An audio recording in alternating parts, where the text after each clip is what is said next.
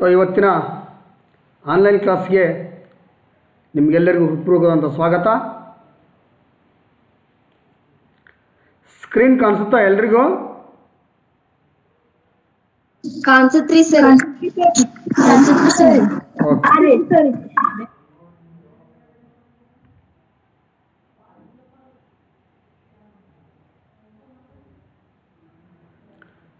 ಇದೊಂದು ದಿವಸ ಚತುರ್ಭುಜಗಳ ಲಕ್ಷಣಗಳು ಎಂಬ ಅಧ್ಯಾಯವನ್ನು ನೋಡೋಣ. ಅದರಲ್ಲಿ ಪ್ರಮುಖವಾಗಿ ಸಮಾಂತರ ಚತುರ್ಭುಜ ಮತ್ತು ಆಯತದ ಲಕ್ಷಣಗಳು ಈ ಒಂದು ಘಟಕದೊಳಗೆ ಇದರ ಬಗ್ಗೆ ತಿಳಿದುಕೊಳ್ಳೋಣ. ರಚನೆ ಶ್ರೀ ಎಚ್ ಎಂ ಜಗ್ಗ. ಮೊದಲಿಗೆ ABCD ಅಂತಕ್ಕಂಥ ಒಂದು ಚತುರ್ಭುಜವನ್ನು ಡ್ರಾ ಮಾಡ್ಕೊಳ್ಳೋಣ. ನೋಡಿ, 4 ಬಾಹು ಮತ್ತು 4 ಕೋನಗಳಿಂದ 4 ಬಾಹು ಮತ್ತು 4 ಕೋನಗಳಿಂದ ಆವೃತವಾದ 4 ಬಾಹು ಮತ್ತು 4 ಕೋನಗಳಿಂದ ಆವೃತವಾದ ಆಕೃತಿಯನ್ನು ನಾವು ಚತುರ್ಭುಜ ಎಂದು ಕರೆಯುತ್ತೀವಿ. ನೋಡಲ್ಲೇ A ಒಂದು ಕೋನ, B ಒಂದು ಕೋನ, C ಒಂದು ಕೋನ, D ಒಂದು ಕೋನ. ಸೊ ಹೀಗೆ 4 ಕೋನಗಳು 4 ಬಾಹು ಯಾವುವು? AB ಒಂದು ಬಾಹು, BC ಒಂದು ಬಾಹು, CD ಒಂದು ಬಾಹು, AD ಒಂದು ಬಾಹು. ಹೀಗೆ 4 ಬಾಹು ಮತ್ತು 4 ಕೋನಗಳಿಂದ ಆವೃತವಾದಂಥ ಆಕೃತಿಯನ್ನು ನಾವು ಏನಂತ ಕರಿತಾ ಇದ್ದೀವಿ? ಚತುರ್ಭುಜ ಅಂತ ಕರಿತೀವಿ. ಓಕೆ, BD ಸೇರಿಸಿದ್ದೇನೆ ನಾನು. ಅದೇ ರೀತಿಯಾಗಿ AC ಸೇರಿಸಿದ್ದೇನೆ. ಹಂಗಾರೆ ಅವು ಏನಂದ್ರೆ ಕರ್ಣಗಳು ಅಂತ ಕರಿತೀವಿ. ಚತುರ್ಭುಜದ ಅಭಿಮುಖ ಶೃಂಗಗಳನ್ನು ಸೇರಿಸುವ ರೇಖೆಯನ್ನು ಕರ್ಣ ಎನ್ನುವರು. ನೋಡ್ರಿ, ಇದು A ಒಂದು ಶೃಂಗ, C ಒಂದು ಶೃಂಗ, ಎರಡು ಅಪೋಸಿಟ್ ಅದು, ಎದುರು ಬದರದು. ಹಂಗೆ ಅಭಿಮುಖ ಶೃಂಗಗಳನ್ನು ಸೇರಿಸ್ತಕ್ಕಂಥ ಈ ರೇಖೆಯನ್ನು ನಾವೇನೆಂದು ಕರಿತೀವಿ? ಕರ್ಣ. ಹಾಗಾಗಿ ಇಲ್ಲಿ AC ಮತ್ತು BDಗಳು ಈ ಒಂದು ಚತುರ್ಭುಜದ ಕರ್ಣಗಳಾಗಿವೆ. ಓಕೆ, ಈಗ ಒಂದು ವಿಡಿಯೋವನ್ನು ನೋಡೋಣ. ಸಮಾಂತರ ಚತುರ್ಭುಜವನ್ನು ನಾವು ಹೇಗೆ ಹಾಳೆಯನ್ನು ಮಡಚುವುದ್ರ ಮೂಲಕ, ಓರೆಗೆ ಮೆಥಡ್ ಮೂಲಕ ನಾವು ಮಾಡಬಹುದು ಅನ್ನೋದನ್ನು ನೋಡೋಣ.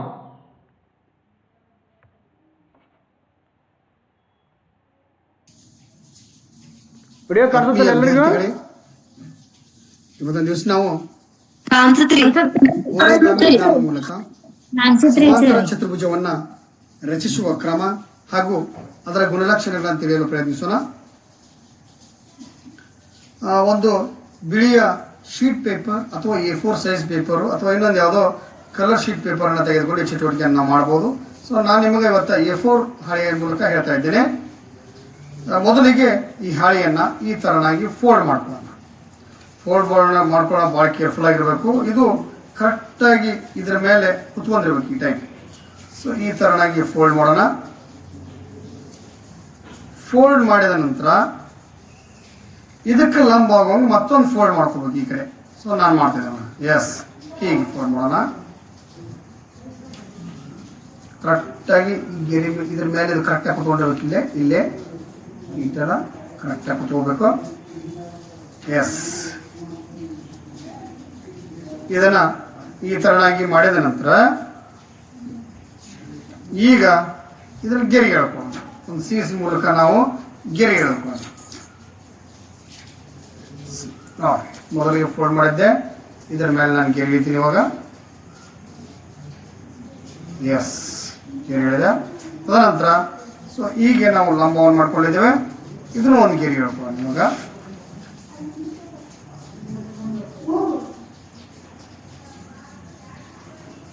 ಓಕೆ, ಸ್ವಲ್ಪ ರಬ್ಬ ಗೆರೆ ಹೇಳ್ಕೊಳ್ಳೋಣ.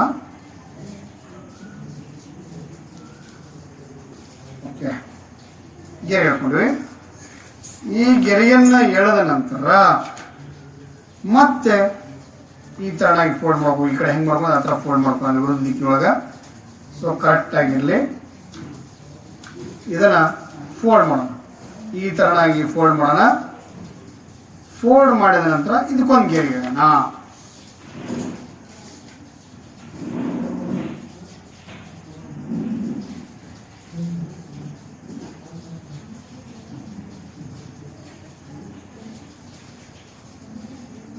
ಗೆರೆ ಇರೋದು. ನಂತರ ಇವಾಗ ನೋಡ್ರಿ ಇದು ಇಷ್ಟು ಮಡಚಿತ್ತು.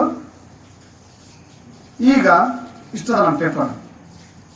ಇವಾಗ ಏನು ಮಾಡ್ಬೇಕಂದ್ರೆ ಒಂದು ಹಾಳಿ ಈ ಗೆರೆಯನ್ನು ಮತ್ತು ಈ ಗೆರೆನ ಎರಡನ್ನೂ ಕಟ್ ಮಾಡುವಾಗಿ ಮಡಿಸ್ಬೇಕು. ನೋಡಿ ನಾವು ಮಾಡಿಸ್ತೀವಿ ಇವಾಗ. ಎಸ್ ತೋರಿಸ್ತೀನಿ ನಿಮಗೆ ನಾನು. ಓಕೆ ತೋರಿಸ್ದಂಗ ಹೌದಾ.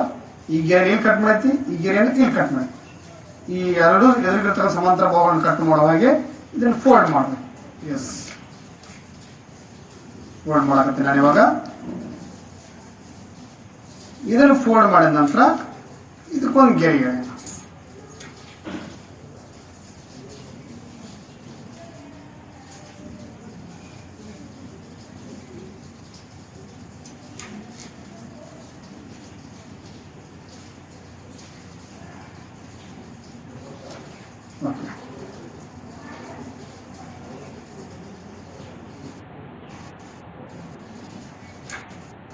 ಓಕೆ ಗೆರೆಯನ್ನು ಹೇಳಿದೆ. ಸೊ ನಾವು ನೋಡ್ಬೋದು ಟೋಟಲ್ ಎಷ್ಟು ಲೈನ್ ಮಾಡಿದ್ವಿ. ಇದು ಒಂದು ಲೈನು, ಎರಡನೇ ಲೈನು, ಮೂರನೇ ಲೈನು, ಇದು ನಾಲ್ಕು ಲೈನ್ಗಳನ್ನು ಮಾಡಿದ್ವಿ. ಸೊ ಇಷ್ಟು ಮಾಡಿಸಿದ್ವಿ. ಇದಕ್ಕೀಗ ಲಂಬವನ್ನು ಹರಿಸ್ಬೇಕು. ಲಂಬವನ್ನು ಕರೆಕ್ಟಾಗಿ ಇದಕ್ಕಿರ್ಬೇಕು. ಈ ಟೈಪ್ ಒಂದ್ರ ಮೇಲೆ ಒಂದು ಕರೆಕ್ಟಾಗಿ ಓವರ್ಲ್ಯಾಪ್ ಆಗ್ತದೆ. ಸೊ ನೋಡಿ ಇವಾಗ ಲಂಬವನ್ನು ಹಿಡಿಯುತ್ತೆ ನಾನೀಗ. ಇಷ್ಟದ ಇದು ಫೋಲ್ಡ್ ಮಾಡಿದ್ರು ಕರೆಕ್ಟಾಗಿ ಸೀದಾ ಮಾಡಬೇಕು. ನೋಡಿ ಅದ್ರ ಮೇಲೆ ಹೆಂಗೆ ಕರೆಕ್ಟಾಗಿ ಇದು ಭಾಳ ಮುಖ್ಯ. ಇದು ಕರೆಕ್ಟಾಗಿ ಒಂದರ ಮೇಲೆ ಕರೆಕ್ಟ್ ಓವರ್ಲ್ಯಾಪ್ ಮಾಡಬೇಕು. ಸೊ ಇದನ್ನು ಮಾಡ್ಸೋಣ. ಓಕೆ ಮಡ್ಚಿ ಇದನ್ನು ಹೊಸ್ತೀನಿ ನಾನು. ಎಸ್ ಆ ರೀತಿ ಮಾಡಿ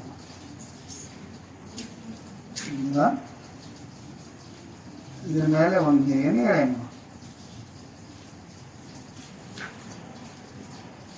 ಸೊ ಇದನ್ನ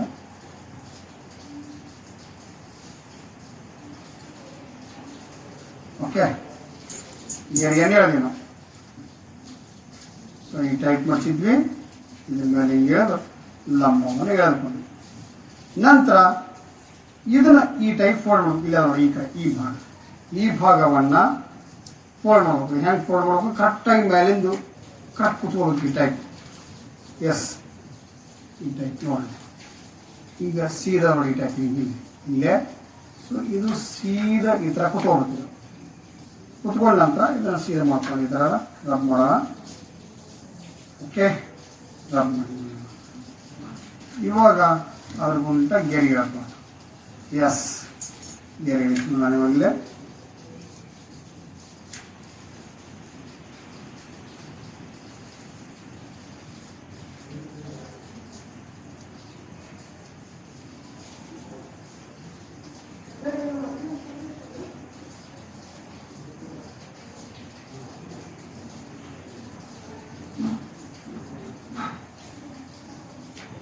ಕಲರ್ ಪೇಪರ್ದಲ್ಲಿ ಚೆನ್ನಾಗಿ ಬರ್ತಾ.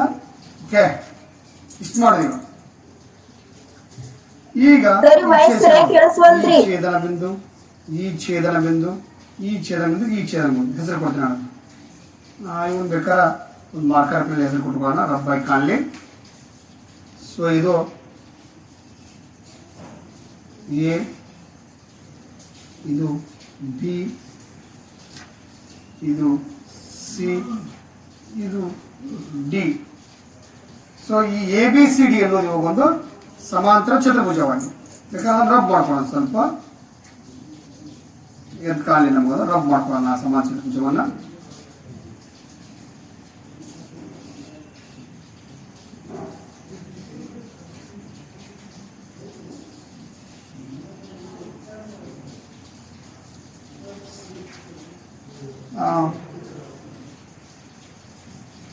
ಮಾರ್ಕರ್ಗಿಂತ ಸ್ಕೆಚ್ ಪೆನ್ ಇದ್ರೆ ಭಾಳ ನೀಟಾಗಿ ಬರ್ತಾ.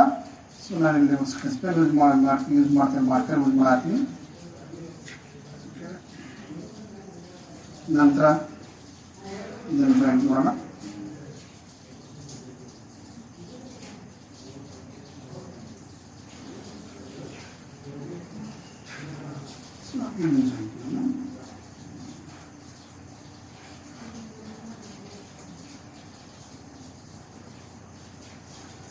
ಓಕೆ ನೋಡ್ಬೋದು, ಇದೊಂದು ಸಮಾಂತರ ಚತುರ್ಭುಜ ಆಯ್ತು.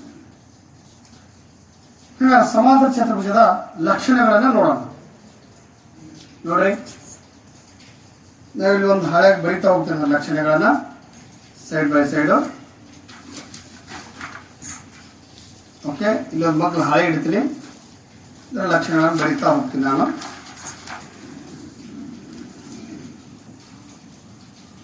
ಮೊದಲಿಗೆ ಬಾಹುಗಳನ್ನು ಎಳೆಯೋಣ.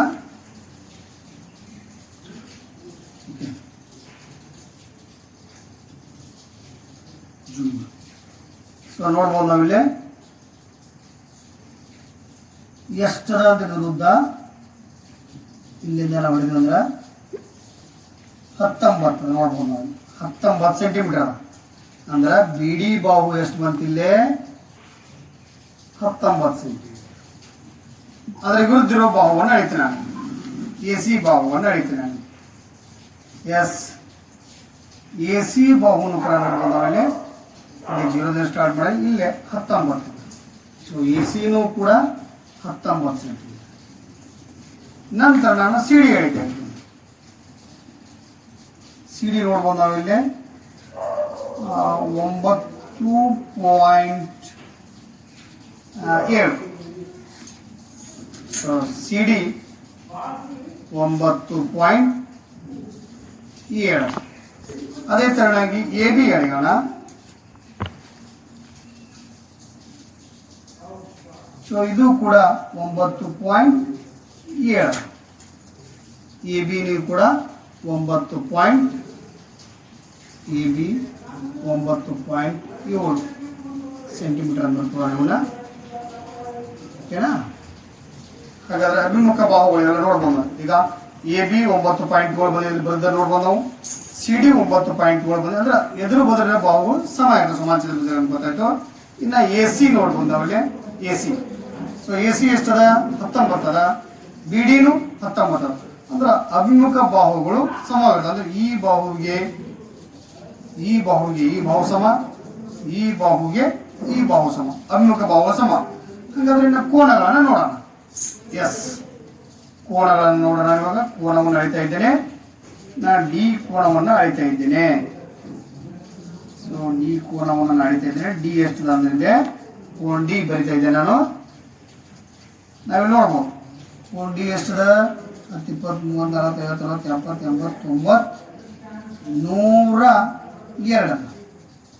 102. 102 ಕೋನ D = 102. ಅದೇ ತರನಾಗಿ ನಾನು ಕೋನ C ಹೇಳ್ತಾ ಇದ್ದೇನೆ. ಇಲ್ಲಿ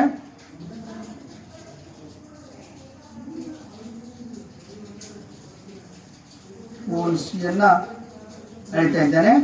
ಸೊ 10, 20, 30, 40, 50, 70, 79 ಡಿಗ್ರಿ ಅದ.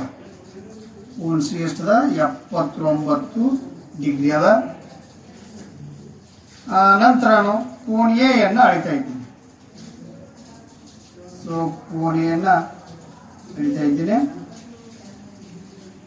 ಸೊ ಇದು ಎಷ್ಟದಂದ್ರೆ 10, 20, 30, 40, 50, 60, 70, 80, 90, 100. ಸೊ ಇದು 100 ಮೇಲೆ 102. ಸೊ 102 ಕೋನ A 102 ಡಿಗ್ರಿ. ನಂತರ ಕೋನ B ಎಳಿತಾ ಇದ್ದೀನಿ. ಎಸ್, ಕೋನ B ನೋಡ್ಬೋದು ನಾವು 79 ಅಲ್ಲ. ಕೋನ B 79. ಹಾಗಾದ್ರೆ A ಎಷ್ಟು ಬಂತಿ 102. A 102 ಅದ. Dನೂ ಕೂಡ 102 ಬಂತು. B 79 ಬಂತು. C 79 ಬಂತು. ಅಂದ್ರೆ ಅಭಿಮುಖ ಬಾಹುಗಳು ಸಮಾನವು. ಸಾರಿ, ಅಭಿಮುಖ ಕೋನಗಳು ಸಮಾಂತರ ಚತುರ್ಭುಜದಲ್ಲಿ ಫಸ್ಟ್ಗೆ ನಾವೇನು ನೋಡಿದ್ವಿ, ಬಾಹುಗಳು ನೋಡಿದ್ವಿ, ಬಾಹುಗಳು ಈಕ್ವಲ್ ಬಂದು. ನಂತರ ಅಭಿಮುಖ ಕೋನಗಳು ಕೂಡ ಈಕ್ವಲ್ ಬಂದು. ಇನ್ನ ಈಗ ಕರ್ಣವನ್ನು ಹೇಳೋಣ. ಕರ್ಣ ಅಂದ್ರೆ ಸಮಾಂತರ ಚತುರ್ಭುಜದಲ್ಲಿ ಅಭಿಮುಖ ಬಾಹುಗಳನ್ನು, ಅಭಿಮುಖ ಶೃಂಗಗಳನ್ನು ಸೇರಿಸುವಂತ ಒಂದು ರೇಖಾಖಂಡವನ್ನು ನಾವೇನಂತ ಕರಿತೀವಿ, ಅದನ್ನ ಕರ್ಣ ಅಂತ ಕರಿತಾ ಇದ್ದೀವಿ. ಸೊ ಈ ಕರ್ಣವನ್ನು ಎಳೆಯೋಣ. ಎಸ್, ಕರ್ಣವನ್ನು ಎಳಿತೀನಿ ನಾನು. ನೆಕ್ಸ್ಟ್ ಈ ಒಂದು ಕರ್ಣವನ್ನು ಎಳಿತೀನಿ ನಾನು, ಇಡೀ ಕರ್ಣವನ್ನು.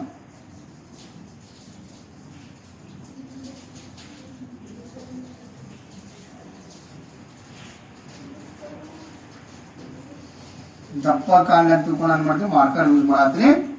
ಸೊ ಇದ್ರ ಮಧ್ಯ ಬಿಂದು ಓ ಆಗಿದೆ. ಹಾಗಾಗಿ ಕರ್ಣಗಳನ್ನು ಅಳೆಯೋಣ ಇವಾಗ. ಓಕೆ, ನಾನು ಓ ಬಿ ಕರ್ಣವನ್ನು ಅಳಿಲಿಕ್ಕತ್ತೀನಿ ಇವಾಗ. ಸೊ ಓ ಬಿ ಕರ್ಣವನ್ನು ಅಳೆದಾಗ ಅದು ಎಷ್ಟು ಬರ್ತಾ ಇದೆ, 11.2 ಬರ್ತಾ ಇದೆ. ಕರ್ಣ A B 11.2. So A B ಕರ್ಣ, ಇ ಬಿ ಅಲ್ಲ ಸಾರಿ, ಓ ಬಿ ಕರ್ಣ. ಓ ಬಿ ಕರ್ಣ 11.2. ಕರ್ಣದ ಒಂದು ಭಾಗವನ್ನು ಎಳಿತಿದ್ದೇನೆ ಅಷ್ಟೇ ಇವಾಗ, ಛೇದಿಸಿದಂಥ ಭಾಗಗಳನ್ನು. ಇಲ್ಲಿ ನೋಡ್ರಿ ಈ ಕರ್ಣವನ್ನು ಎಳಿತೀನಿ. ಸೊ ನೋಡ್ಬೋದು ಇದು ಕೂಡ 11.2 ಅಂದ್ರೆ ಓಸಿನೂ ಕೂಡ 11.2. ನಾನು ಅದೇ ತರನಾಗಿ ಓ ಎ ಎಳಿತಾ ಇದ್ದೀನಿ. ಸೊ ಓ ಎ ಎಳೆಯೋಣ ಇವಾಗ.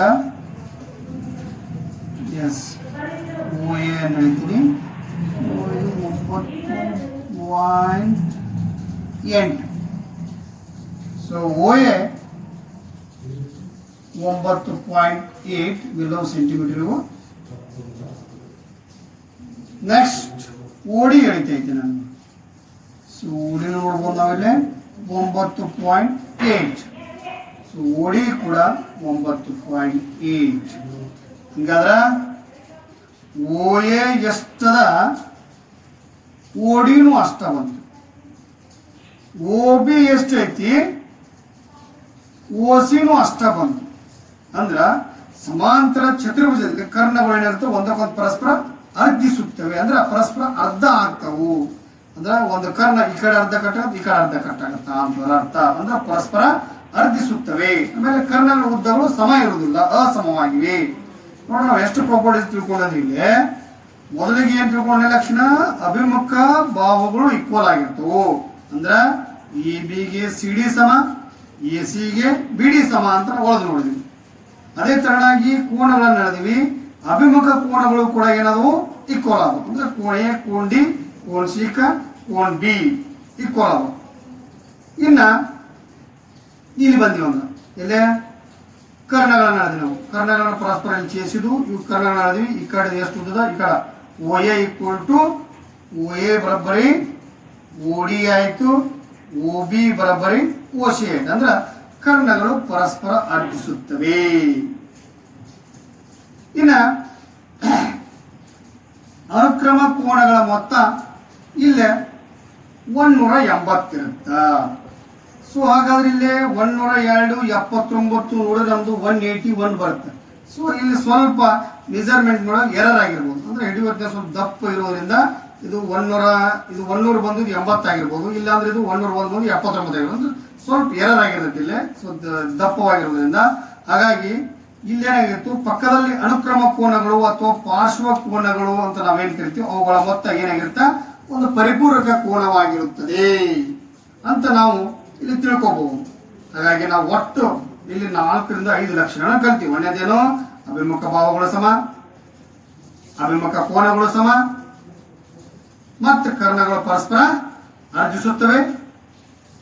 2 ಅನುಕ್ರಮ ಕೋನಗಳ ಮೊತ್ತ ಅಥವಾ 2 ಪಾರ್ಶ್ವ ಕೋನಗಳ ಮೊತ್ತ ಇಲ್ಲಿ ಏನಾಗಿದೆ ಸಮಾಜದೊಳಗ 180 ಡಿಗ್ರಿ ಆಗಿರ್ತದೆ ಅಂತಕ್ಕಂಥ ಈ ಒಂದು ಓರೆಗಾಮ ವಿಧಾನ ಮೂಲಕ ನಾವು ಸುಲಭವಾಗಿ ಮಾಡಬಹುದು. ವಿದ್ಯಾರ್ಥಿಗಳೇ, ನೀವು ಒಂದು ಹಾಳೆಯನ್ನು ತೆಗೆದುಕೊಂಡು ಇಲ್ಲಿ ಎಕ್ಸ್ಪ್ಲೇನ್ ಮಾಡಿದಾಗ ಚಟುವಟಿಕೆ ರೂಪದಲ್ಲಿ ಈ ಕಲಿಕೆಯನ್ನು ಇನ್ನಷ್ಟು ನೀವು ದೃಢೀಕರಿಸಿಕೊಳ್ಬೇಕು ಅಂತೇಳಿ ಇಲ್ಲಿಗೆ ವಿಡಿಯೋವನ್ನ ಮುಕ್ತಾಯಗೊಳಿಸ್ತೀವಿ.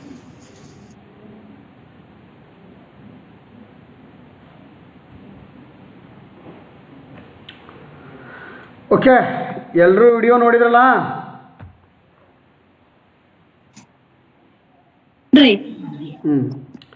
ಸೊ ಇಲ್ಲೇ ಆ ಒಂದು ಸಮಾಂತರ ಚತುರ್ಭುಜ ಲಕ್ಷಣಗಳನ್ನ ಇನ್ನೊಮ್ಮೆ ನೋಡೋಣ. ಮತ್ತೊಮ್ಮೆ ಮೆಲುಕು ಹಾಕೋಣ ಅವುಗಳನ್ನ. ಎಸ್, ಸಮಾಂತರ ಚತುರ್ಭುಜ ಮತ್ತು ಅದರ ಲಕ್ಷಣಗಳು. ಮೊದಲಿಗೆ ಒಂದು ಸಮಾಂತರ ಚತುರ್ಭುಜವನ್ನು ಎಳೆದುಕೊಳ್ಳೋಣ. ಎಸ್, ಸಮಾಂತರ ಚತುರ್ಭುಜ ಅಂದ್ರೇನು? ಅಭಿಮುಖ ಬಾಹುಗಳು ಸಮಾಂತರವಾಗಿರುವ ಚತುರ್ಭುಜವನ್ನು ಸಮಾಂತರ ಚತುರ್ಭುಜ ಎನ್ನುತ್ತೇವೆ. ಅಂದ್ರೆ ಈ ಎ ಬಿ ಮತ್ತು ಡಿ ಸಿಗಳನ್ನು ನಾವು ಎಷ್ಟೇ ವೃದ್ಧಿಸಿದರೂ ಅವುಗಳು ಒಂದೇ ಕಡೆ ಕೂಡಂಗಿಲ್ಲ. ಅಂದ್ರೆ ರೈಲ್ವೆ ಹಳಿ ಇದ್ದಂಗೆ.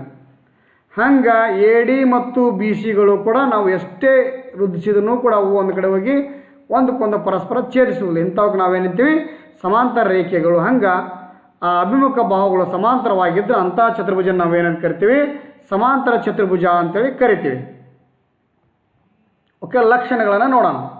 ಆಗಲೇ ವಿಡಿಯೋದಲ್ಲಿ ಕಲಿತಿದ್ದೀವಿ, ಅವುಗಳನ್ನು ಮತ್ತೊಮ್ಮೆ ದೃಢೀಕರಿಸ್ಕೊಳ್ಳೋಣ. ಎಸ್, ಒಂದೇನು? ಅಭಿಮುಖ ಬಾಹುಗಳು ಸಮ ಹಾಗೂ ಸಮಾಂತರವಾಗಿರುತ್ತವೆ. ಎಸ್, ನಾವು ನೋಡ್ಬೋದಲ್ಲಿ A B equal to D C ಆಗೈತಿ.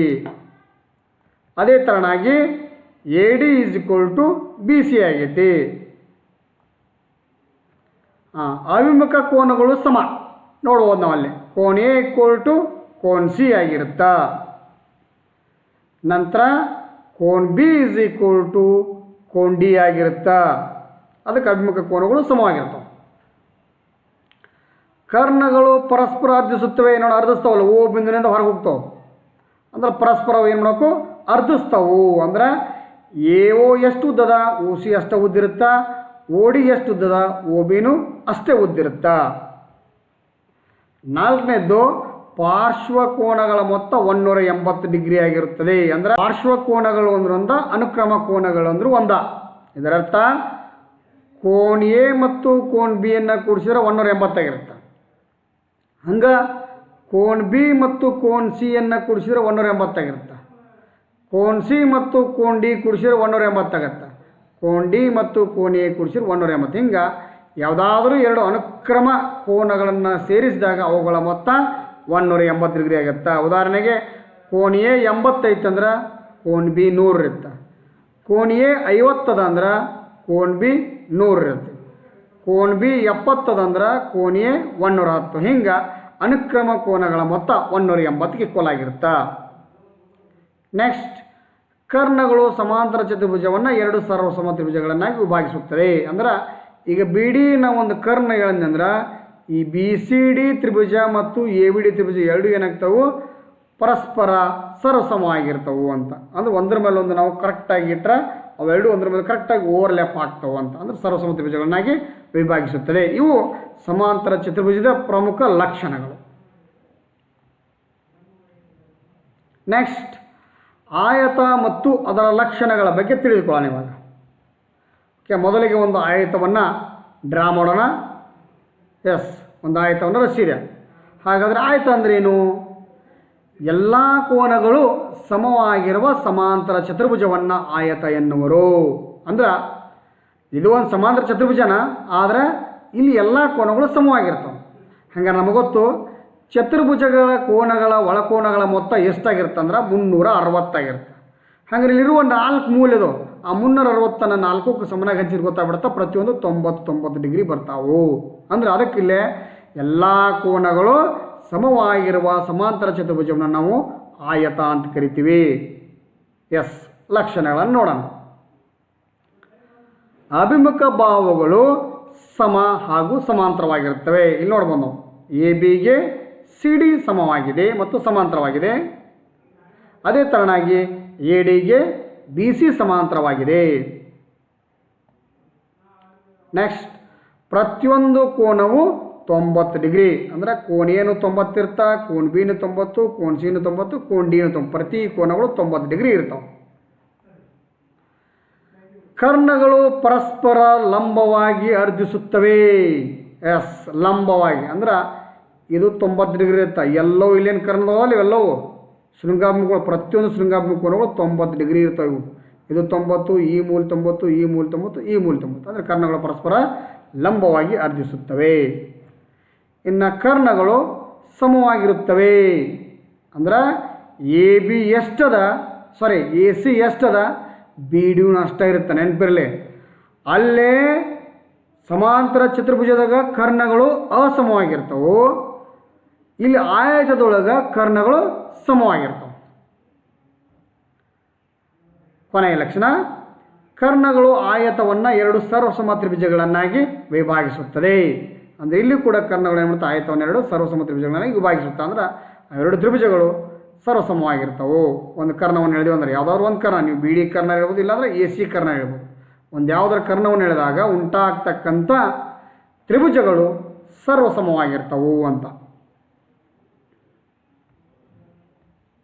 ಓಕೆ, ಇನ್ನು ಆಯತ ಮತ್ತು ಸಮಾಂತರ ಚತುರ್ಭುಜಗಳ ನಡುವಿನ ವ್ಯತ್ಯಾಸ ಏನದ ನೋಡೋಣ. ವ್ಯತ್ಯಾಸ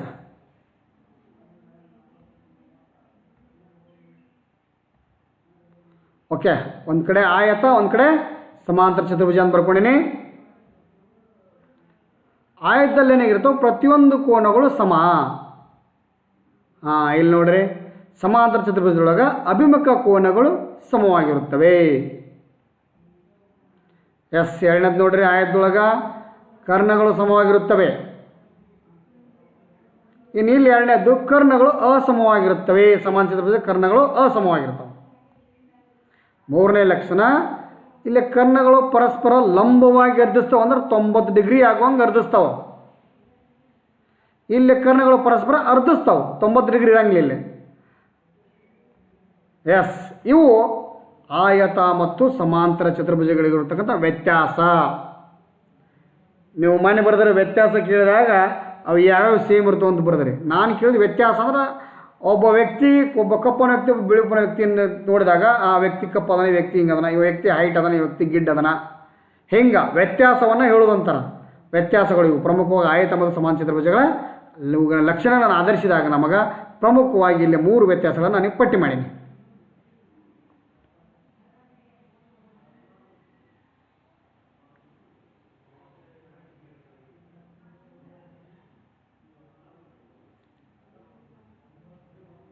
ಓಕೆ, ಸೊ ಇವಾಗ ಇನ್ನೊಂದು ಘಟಕವನ್ನು ನೋಡೋಣ.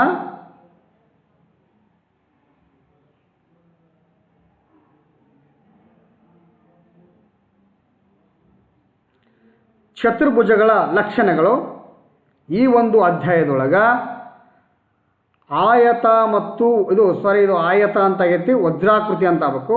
ವಜ್ರಾಕೃತಿ ಮತ್ತು ವರ್ಗದ ಲಕ್ಷಣಗಳ ಬಗ್ಗೆ ತಿಳಿದುಕೊಳ್ಳೋಣ.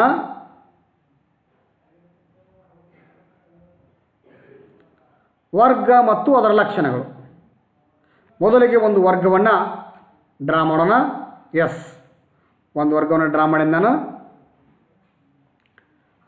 ಎಲ್ಲ ಭಾವಗಳು ಸಮವಾಗಿರುವ ಆಯತ. ನೋಡ್ರಿ, ವರ್ಗ ಒಂದು ಆಯತ. ಯಾವಾಗ ಆಯತ ಆಗುತ್ತಾ, ಎಲ್ಲ ಭಾವಗಳು ಸಮ ಆಗಿಬಿಟ್ರೆ ಅದೊಂದು ಆಯತ. ಆಯತ ಇದು ಏನಾಗುತ್ತೆ, ವರ್ಗ ಆಗಿಬಿಡುತ್ತೆ. ಆಯತದ ಎಲ್ಲ ಭಾವಗಳನ್ನು ಸಮ ಮಾಡಿಬಿಟ್ಟು ಅದು ವರ್ಗ ಅಂತ ಕರೆಸ್ಕೊಂಡೈತಿ. ಅದಕ್ಕಾಗಿ ಎಲ್ಲ ಭಾವಗಳು ಸಮವಾಗಿರುವ ಆಯತವನ್ನು ನಾವೇನಂತ ಕರಿತಾ ಇದ್ದೀವಿ, ವರ್ಗ ಅಂತೀವಿ. ಸೊ ಇದರ ಲಕ್ಷಣಗಳು. ಒಂದನೇದ್ದು, 4 ಬಾಹುಗಳು ಸಮ ಹಾಗೂ ಸಮಾನಾಂತರವಾಗಿರ್ತವೆ. ಇಲ್ಲಿ 4 ಬಾಹುಗಳು ಸಮ. ಒಂದು ಬಾಹು ಎಷ್ಟು ಉದ್ದಿರುತ್ತೆ, ಇನ್ನೊಂದು ಬಾಹು ಅಷ್ಟೇ ಉದ್ದಿರುತ್ತೆ. ಹಾಗೂ ಸಮಾನಾಂತರ ಅಂದರೆ ಬಾಹುಗಳು ಪರಸ್ಪರ ಎರಡು ಎದುರು ಬರೋ ಬಾಹುಗಳನ್ನು ವೃದ್ಧಿಸಿದಾಗ ಒಂದು ಕಡೆ ಒಟ್ಟ ಛೇದಿಸುವುದಿಲ್ಲ, ಅಂದ್ರೆ ಸಮಾನಾಂತರ. ಇಲ್ಲಿ ಎಳಿ ಹೋದಂಗೆ ಹಂಗೆ ಸಮಾನಾಂತರವಾಗಿ ಹೋಗ್ತಾವೆ ಅಂದಂಗೆ. ಎರಡನೇ, ಪ್ರತಿಯೊಂದು ಕೋನವು 90 ಡಿಗ್ರಿಗೆ ಸಮ. ಪ್ರತಿ ಕೋನವು 90 ಡಿಗ್ರಿ ಆಗಿರುತ್ತೆ. ಇನ್ನು ಕರ್ಣಗಳು ಪರಸ್ಪರ ಲಂಬವಾಗಿ ಅರ್ಧಿಸುತ್ತವೆ. ಸೊ ಇಲ್ಲಿ ಕರ್ಣಗಳು ಏನಿದೆ, ಪರಸ್ಪರ ಲಂಬವಾಗಿ ಅರ್ಧಿಸ್ತವೆ. ಅಂದ್ರೆ ವರ್ಗದಾಗೂ ಲಂಬವಾಗಿ ಅರ್ಧಿಸ್ತವು, ಆಯತದಾಗೂ ಲಂಬವಾಗಿ ಅರ್ಧಿಸ್ತವು. ವರ್ಗದಾಗೂ ಪ್ರತಿ ಕೋನ 90 ಡಿಗ್ರಿ ಇರುತ್ತೆ, ಆಯತದಾಗೂ ಪ್ರತಿ ಕೋನ 90 ಡಿಗ್ರಿ ಇರುತ್ತೆ. ನೆಕ್ಸ್ಟ್ ನೋಡ್ರಿ, ಪಾರ್ಶ್ವಕೋನಗಳು ಮತ್ತು ಇಲ್ಲಿ ಕೂಡ 180 ಡಿಗ್ರಿ ಇರುತ್ತೆ. ಯಾಕಂದ್ರೆ ಪ್ರತಿ 90, ಇದು 90, ಇದು 90 ಕೂಡಿಸಿ 180 ಆಗುತ್ತಲ್ಲ. ಹಾಗಾಗಿ ಇಲ್ಲೂ ಕೂಡ ಪಾರ್ಶ್ವಕೋನ ಮತ್ತು 180 ಡಿಗ್ರಿ ಆಗಿರ್ತದೆ. ಕರ್ಣಗಳು ವರ್ಗವನ್ನು 2 ಸರ್ವಸಮ ತ್ರಿಭುಜಗಳನ್ನಾಗಿ ವಿಭಾಗಿಸುತ್ತದೆ. ನಾವು ಎ ಸಿ ಕರ್ಣ ಹೇಳಿದಾಗೂ 2 ತ್ರಿಭುಜ ಉಂಟಾಕು, ಅವು ಒಂದರ ಮೇಲೆ ಒಂದು ಫೋಲ್ಡ್ ಮಾಡಿದಾಗ ಕರೆಕ್ಟಾಗಿ ಫೋಲ್ಡ್ ಆಗ್ತವೆ, ಒಂದರ ಮೇಲೆ ಒಂದು ಬರ್ತಾವೆ. ಇಲ್ಲ ನೀವು ಬಿ ಡಿ ಕರ್ಣ ಹೇಳಿದ ಫೋಲ್ಡ್ ಮಾಡಿದ್ರೆ ಅವು ಒಂದಕ್ಕೊಂದು ಕರೆಕ್ಟಾಗಿ ಓವರ್ಲ್ಯಾಪ್ ಆಗ್ತವೆ. ಅಂದರೆ ಕರ್ಣಗಳು ವರ್ಗವನ್ನು 2 ಸರ್ವಸಮ ತ್ರಿಭುಜಗಳನ್ನಾಗಿ ವಿಭಾಗಿಸುತ್ತದೆ.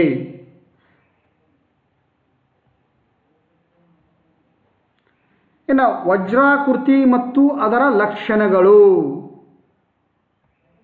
ಎಸ್, ಮೊದಲಿಗೆ ಒಂದು ವಜ್ರಾಕೃತಿಯನ್ನು ಡ್ರಾ ಮಾಡೋಣ. ಓಕೆ, ಒಂದು ವಜ್ರಾಕೃತಿಯನ್ನು ಡ್ರಾ ಮಾಡಿದೆ.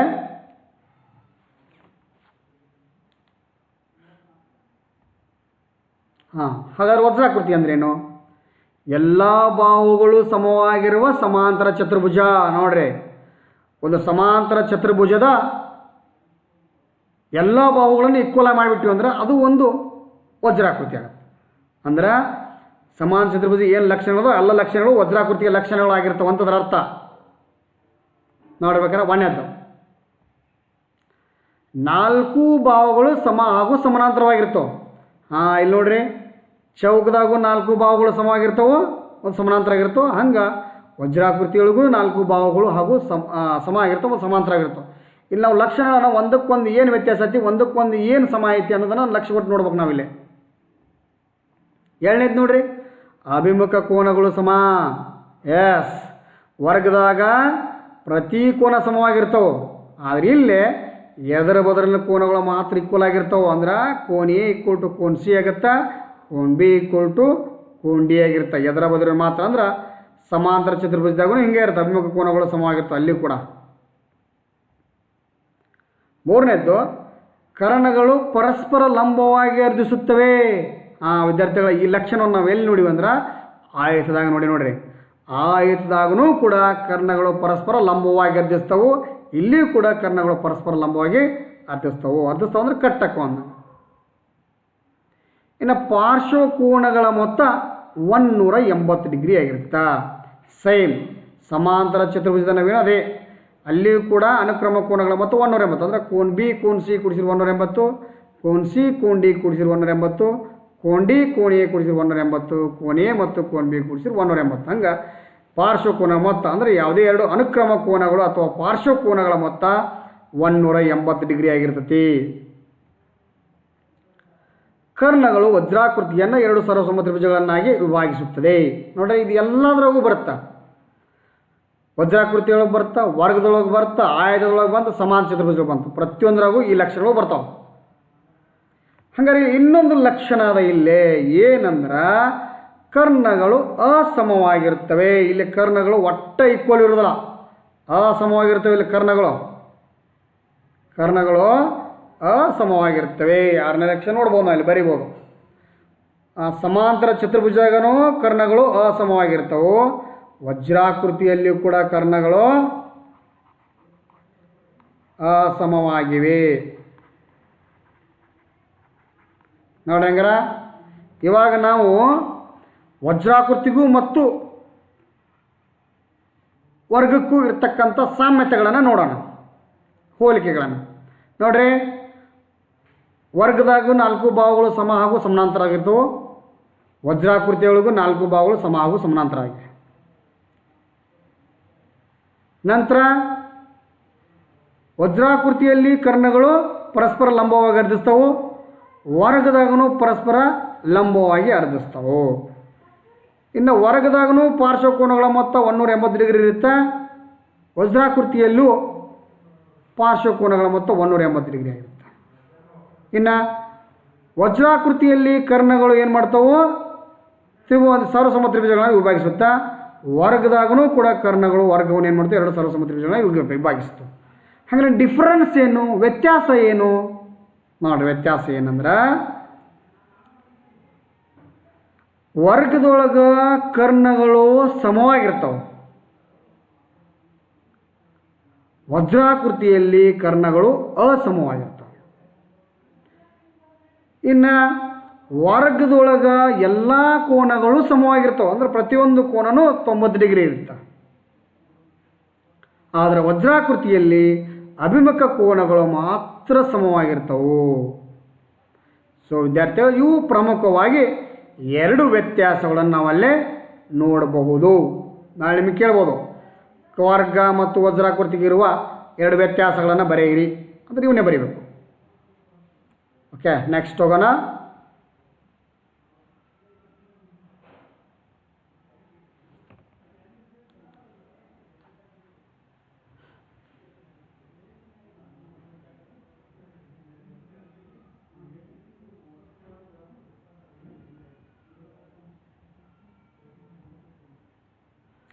ವೃತ್ತದ ಲಕ್ಷಣಗಳು. ವೃತ್ತ ಮತ್ತು ಅದಕ್ಕೆ ಸಂಬಂಧಿಸಿದ ಅಂಶಗಳ ಬಗ್ಗೆ ತಿಳಿದುಕೊಳ್ಳೋಣ.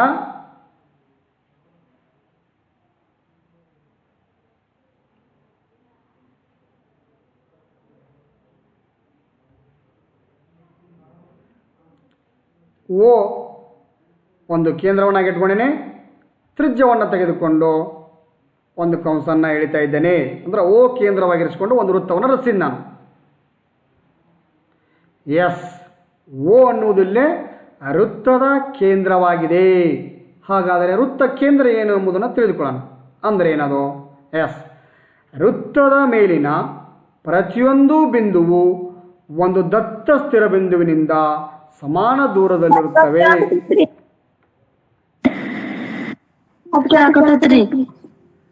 Okay okay okay.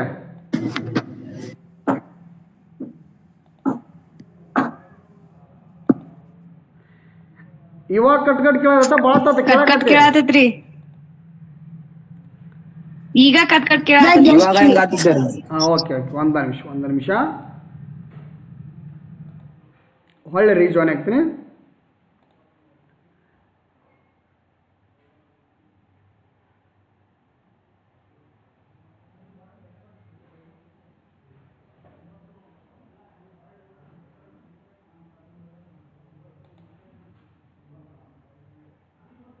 वो वॉइस क्लियर है ना?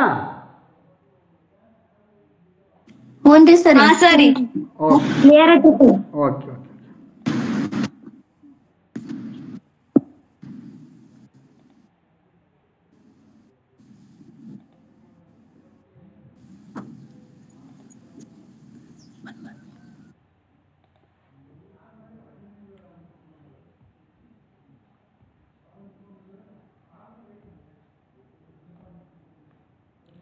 ಓಕೆ, ವೃತ್ತ ಕೇಂದ್ರ ಅಂದರೆ ಏನು ನೋಡೋಣ ನಿನ್ನೆ.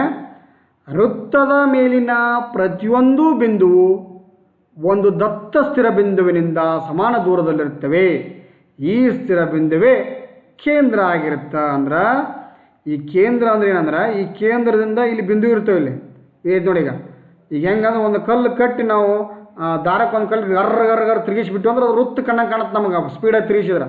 ಅಂದ್ರೆ ದಾರ ಅನ್ನೋದು ತ್ರಿಜ್ಯ, ನಮ್ಮ ಕೈ ಹಿಡ್ಕೊಂಡಿರ್ತಲ್ಲ ಅದು ಕೇಂದ್ರ, ಸುತ್ತಿರ್ತಲ್ಲ ಕಲ್ಲು, ಅದು ಏನಾಗುತ್ತೆ ನಮಗೆ ವೃತ್ತ ಕಣ್ಣಂಗೆ ಕಾಣುತ್ತೆ. ಅಂದ್ರೆ ಒಂದು ಬಿಂದುವನ್ನು ಸ್ಪೀಡಾಗಿ ನಾವು ರೊಟೇಟ್ ಮಾಡಿದ್ವಿ ಅಂದ್ರೆ ಅವಾಗ ಅದು ಸರ್ಕಲ್ ಫಾರ್ಮೇಷನ್ ಆಗತ್ತೆ. ಸೊ ಹಾಗಾಗಿ ಅವ್ರೇನು ಹೇಳ್ತಾರ, ವೃತ್ತದ ಮೇಲಿನ ಪ್ರತಿಯೊಂದು ಬಿಂದುವು ಅಂದರೆ ವೃತ್ತದ ಮೇಲೆ ಬಿಂದು ಇರುತ್ತೆ, ಇಲ್ಲಿ ಇದರ ಮೇಲೆ ಬಿಂದುಗಳು ಬಿಂದು ಸೇರಿ ರೇಖೆ ಅಂತ ನಾವು ಹೇಳ್ತಲ್ಲ, ಹಂಗೆ ಬಿಂದುಗಳು ಸೇರಿ ರೇಖೆಯಾಗಿರುತ್ತಿಲ್ಲ, ಒಂದು ವಕ್ರ ರೇಖೆ. ಈ ಬಿಂದುಗಳೇನಾಯ್ತು ಸಮಾನ ದೂರದಲ್ಲಿರುತ್ತೆ. ಯಾವುದಿದು ನಟ್ ನಡುವುದು ಒಂದು ಬಿಂದು. ಹಾಗಾಗಿ ಇದನ್ನು ನಾವೇನಂತೀವಿ, ಈ ಒಂದು ಸ್ಥಿರ ಬಿಂದು ಅಂದರೆ ಇದು ಚಲಿಸಂಗಿಲ್ಲ, ಇದು ಸ್ಥಿರವಾಗಿರುತ್ತೆ. ನಮ್ಮ ಕೈಗೆ ಹಂಗೆ ಗಟ್ಟಿ ಹಿಡ್ಕೊಂಡು ಹಿಂಗೆ ರೊಟೇಟ್ ಮಾಡ್ತಿರ್ತೀವಿ ನಾವು. ಒಂದು ದಾರ ಕಲ್ಲು ಕಟ್ಟಿ ಕಮ್ಮಿ ಮಾಡಿದಾಗ ಹಿಂಗೆ ಗರ್ರ ತಿರುಗಿಸಿದಂದ್ರೆ ಅವಾಗ ಅದು ಒಂದು ಸ್ಥಿರವಾಗಿರುತ್ತೆ.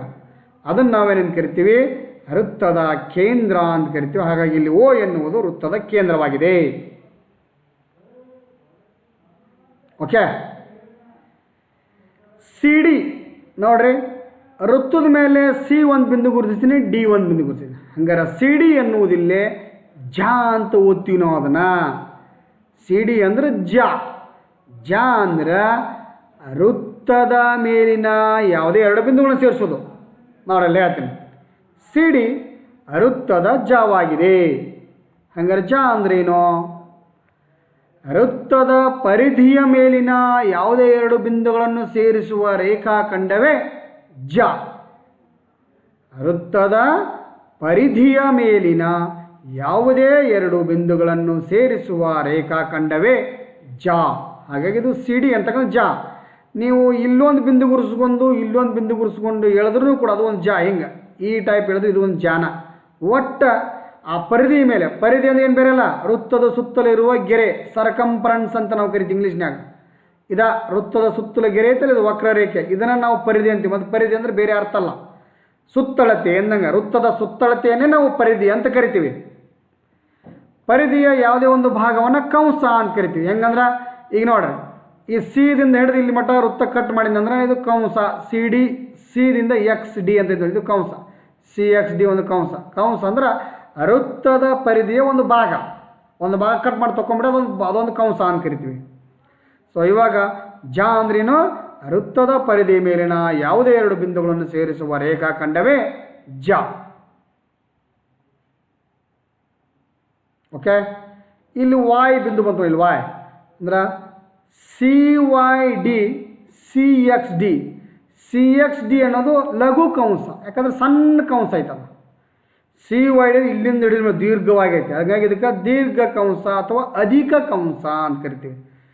ಸಿ ಎಕ್ಸ್ ಡಿ ಗೆರಿ ಅಷ್ಟಾಯ್ತು ನಾನು ಹೇಳೋದು ಹಿಂಗೆ. ಇಲ್ಲಿ ಗೆರಿ ಬರ್ತದೆ ನೋಡಿ, ಸಿ ಎಕ್ಸ್ ಡಿ ಹಿಂಗೆ ಗೆರಿ ಬರ್ತಲ್ಲ, ಹಿಂಗೆ ಇರುತ್ತದೆ ಹಂಗೆ ಗೆರಿ. ಇದು ಲಘು ಕಂಸ. ಅದೇ ಥರನಾಗಿ ಸಿ ವೈ ಡಿ ಅಂತ ತೊಗೊಂಡಿದ್ರು ಅಧಿಕ ಕಂಸ ಅಂತ ಕರಿತೀವಿ ನಾವು. ಎಸ್, ಈಗ ನಾನು ಯೆಲ್ಲೋ ಕಲರ್ ಕೊಟ್ಟು ನೋಡಿಲ್ಲ. ಈ ಭಾಗ ಏನಂದ್ರೆ ಸಿ ಎಕ್ಸ್ ಡಿ ಸಿ ಲಘು ವೃತ್ತಖಂಡ. ಲಘು ಅಂದ್ರೆ ಸಣ್ಣದ ವೃತ್ತಖಂಡ ನೋಡ್ರಿ. ಸಿ ಎಕ್ಸ್ ಡಿ ಸಿ ಎಲ್ಲಿಂದ ಚಲೋ ಆಗೈತಿ? ಸೀದಿನ ಚಲುವಾಗಿ ಪೂರ್ತಿ ಭಾಗ ಇದು.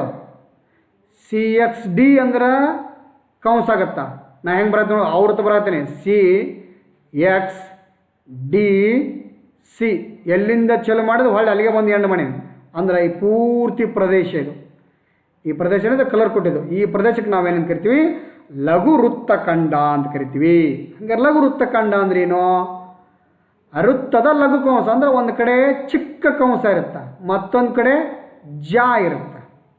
ಹಾಗಾಗಿ ಲಘು ಕಂಸ ಮತ್ತು ಜಾದಿಂದ ಆವೃತವಾದ ಅಥವಾ ಮುಚ್ಚಲ್ಪಟ್ಟಂಥ ಪ್ರದೇಶವನ್ನು ನಾವೇನು ಕರಿತೀವಿ?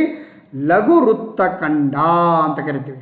ಏನೋ ಲಘು ಕಂಸ ಅಂದ್ರೆ ಚಿಕ್ಕ ಕಂಸ. ಸಿ ಎಕ್ಸ್ ಡಿ ಚಿಕ್ಕ ಕಂಸ, ಸಿ ಡಿ ಜ. ಒಂದು ಕಡೆ ಜ, ಮತ್ತೊಂದು ಕಡೆ ಲಘು ಕಂಸದಿಂದ ಆವರಿಸಲ್ಪಟ್ಟಂಥ ಪ್ರದೇಶವನ್ನು ನಾವು ಅದನ್ನು ವೃತ್ತಖಂಡ, ಲಘು ವೃತ್ತಖಂಡ ಅಂತ ಕರಿತೀವಿ. Yes, C Y D C ಇಲ್ಲೈತೆ ನೋಡ್ರಿ. ಸಿ ವೈ ಡಿ ಸಿ ಇಲ್ಲೊಂದು ಕರೆ ಕಲರ್ ವೃತ್ತದ ಉಳಿದ ಭಾಗ. ಈ ಭಾಗವನ್ನು ನಾವು ಏನೇನು ಕರಿತೀವಿ? ಅಧಿಕ ವೃತ್ತಖಂಡ. ಹಂಗಾರೆ ಅಧಿಕ ವೃತ್ತಖಂಡ ಅಂದ್ರೆ ಒಂದು ಕಡೆ ಅಧಿಕ ಕಂಸ ಐತಿ, ಮತ್ತೊಂದು ಕಡೆ ಜ. ಹಾಗಾಗಿ ಅಧಿಕ ವೃತ್ತಖಂಡ ಅಂದ್ರೆ ವೃತ್ತದ ಅಧಿಕ ಕಂಸ ಮತ್ತು ಜಾದಿಂದ ಆವೃತವಾದ ಪ್ರದೇಶವನ್ನು ನಾವು ಅಧಿಕ ವೃತ್ತಖಂಡ ಅಂತ ಕರಿತೀವಿ.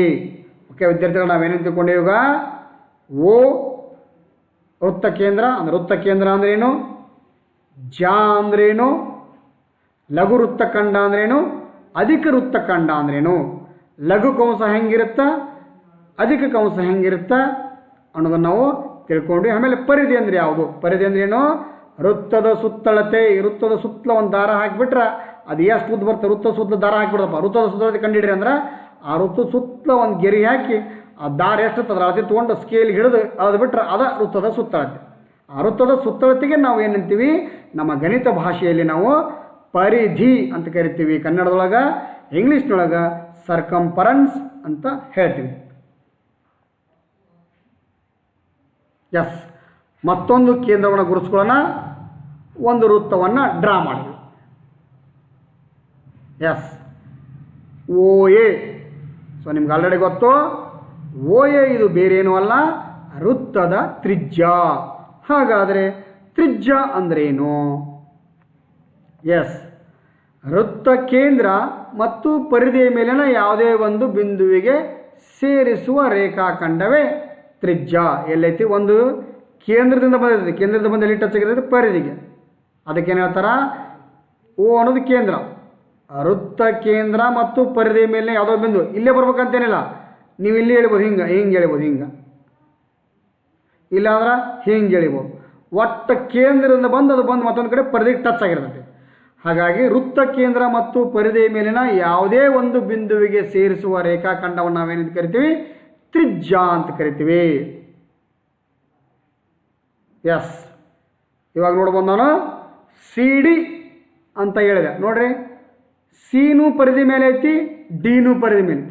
ಹಂಗಾರೆ ಪರಿಧಿಯ ಮೇಲಿನ ಎರಡು ಬಿಂದುಗಳನ್ನು ಸೇರಿಸೋದ್ರಿಂದ ಜ ಅನ್ಬೋದು. ಎಸ್, ಫೈನಾಟ್, ಇದು ಕೂಡ ಜಾನ. ಸಿ ಡಿ ಕೂಡ ಒಂದು ಜ. ಆದರೆ ಜಾದಾಗ ಎಂಥ ಜ ಅಂದ್ರೆ ಅತಿ ದೊಡ್ಡ ಜ. ಅದು ದೊಡ್ಡಪ್ಪಿವ. ಎಲ್ಲ ಜಾದೊಳಗೆ ನಟ್ಟು ನಡುವ ಯಾವ ಬರ್ತಾನವ ಅತಿ ದೊಡ್ಡ ಜ. ಅದು ದೊಡ್ಡಪ್ಪ ಅಂತೀವಿ. ಹಾಗಾಗಿ ಅತಿ ದೊಡ್ಡ ಜಾವನ್ನು ನಾವೇನಂತ ಕರಿತೀವಿ? ವ್ಯಾಸ ಅಂತ ಕರಿತೀವಿ. ಸೊ ಹಾಗೆ ಇಲ್ಲಿ ಸಿ ಡಿ ಎನ್ನುವುದು ಏನಾಗೈತಿ ವ್ಯಾಸ. ಹಂಗಾರೆ ವ್ಯಾಸನೂ ಕೂಡ ಒಂದು ಜ. ಹಂಗಾರೆ ಇದನ್ನು ಹೆಂಗೆ ಹೇಳ್ಬೋದು ಅಂದ್ರೆ ವೃತ್ತದ ಕೇಂದ್ರದ ಮೂಲಕ ಹಾದು ಹೋಗುವ ಜ.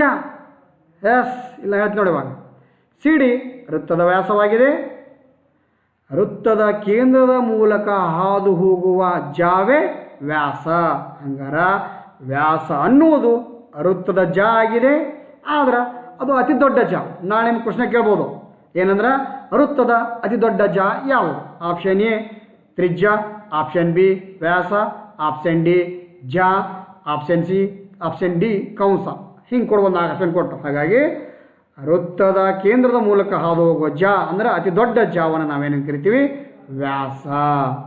ವೃತ್ತ ಕೇಂದ್ರದ ಮೂಲಕ ಹಾದು ಹೋಗುವ ಜ ಅಂತ ಹೇಳ್ಬೋದು, ಅಥವಾ ಅತಿ ದೊಡ್ಡ ಜಾವನ್ನು ವ್ಯಾಸ ಅಂತ ಕರಿತೀವಿ ಅಂತಲೂ ಹೇಳ್ಬೋದು. ಓಕೆ, ನಾನು ಮತ್ತೊಂದು ತ್ರಿಜ್ಯವನ್ನು ಹೇಳಿದೆ ನೋಡಲ್ಲೇ. ಓ ಬಿ ತ್ರಿಜ್ಯ ಹೇಳಿದೀನಿ, ಮೊದಲೇ ಓ ಎ ಹೇಳಿದ್ದೆ, ಆಮೇಲೆ ಓ ಬಿ ತ್ರಿಜ್ಯ ಹೇಳಿದೀನಿ. ಆ ಭಾಗಕ್ಕೆ ಕಲರ್ ಕೊಟ್ಟೀನಿ. ಎಸ್, ಇಲ್ಲಿ ಈ ಭಾಗಕ್ಕೆ ಕಲರ್ ಕೊಟ್ಟು ನಾನು ಕಂದು ಬಣ್ಣವನ್ನು. ಇದು ಏನು ಅಂತಂದ್ರೆ ಯಾವುದು? A X B O A. ನೋಡಿ, ಎಲ್ಲಿಂದ ಚಲೋ ತಲೆಗೆ ಎಂಡಾಯ್ತು. ತ್ರಿಜ್ಯಾಂತರ ಖಂಡ ಅಂದ್ರೆ ತ್ರಿಜ್ಯ ಪ್ಲಸ್ ಅಂತರ, ಅಂದ್ರೆ ತ್ರಿಜ್ಯಗಳ ನಡುವಿನ ಅಂತರ ಇರುತ್ತಲ್ಲ, ಅಂತರವಾದ ಭಾಗವನ್ನು ನಾವೇನಂತ ಕರಿತೀವಿ? ತ್ರಿಜ್ಯಾಂತರ ಖಂಡ. ಖಂಡ ಅಂದ್ರೆ ಭಾಗ.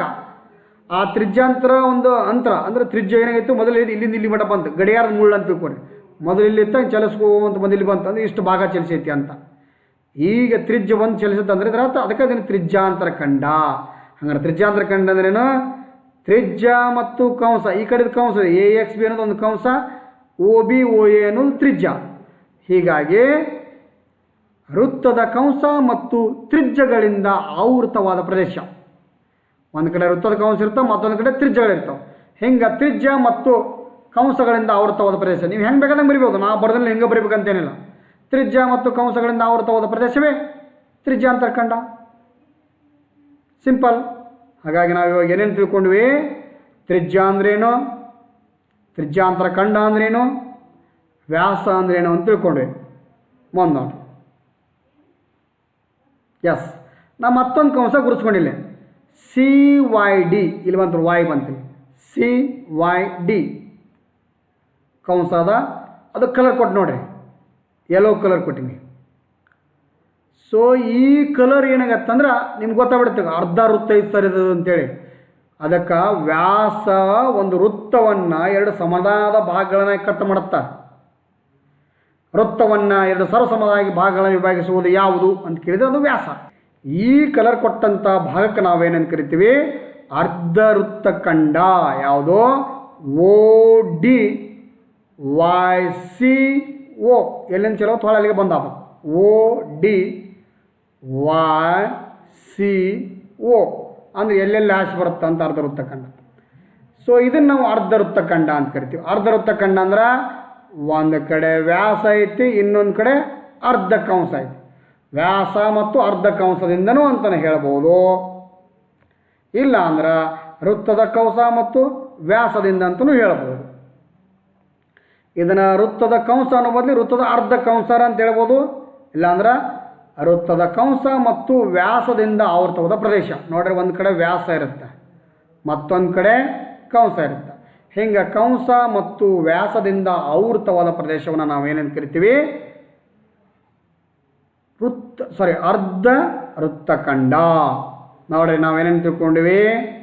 ಪರಿಧಿ, ತ್ರಿಜ್ಯ, ವ್ಯಾಸ, ಜ, ತ್ರಿಜ್ಯಾಂತರ ಖಂಡ, ಲಘು ವೃತ್ತಖಂಡ, ದೀರ್ಘ ವೃತ್ತಖಂಡ, ಅರ್ಧ ವೃತ್ತಖಂಡ, ವೃತ್ತದ ಕೇಂದ್ರ. ಹೀಗೆ ಪ್ರಮುಖ ವೃತ್ತ ಮತ್ತು ವೃತ್ತದ ಲಕ್ಷಣಗಳನ್ನು ಹಾಗೂ ವೃತ್ತಕ್ಕೆ ಸಂಬಂಧಿಸಿದಂಥ ಭಾಗಗಳನ್ನು ನಾವಿವತ್ತು ಸಂಪೂರ್ಣವಾಗಿ ತಿಳಿದುಕೊಂಡಿವೆ.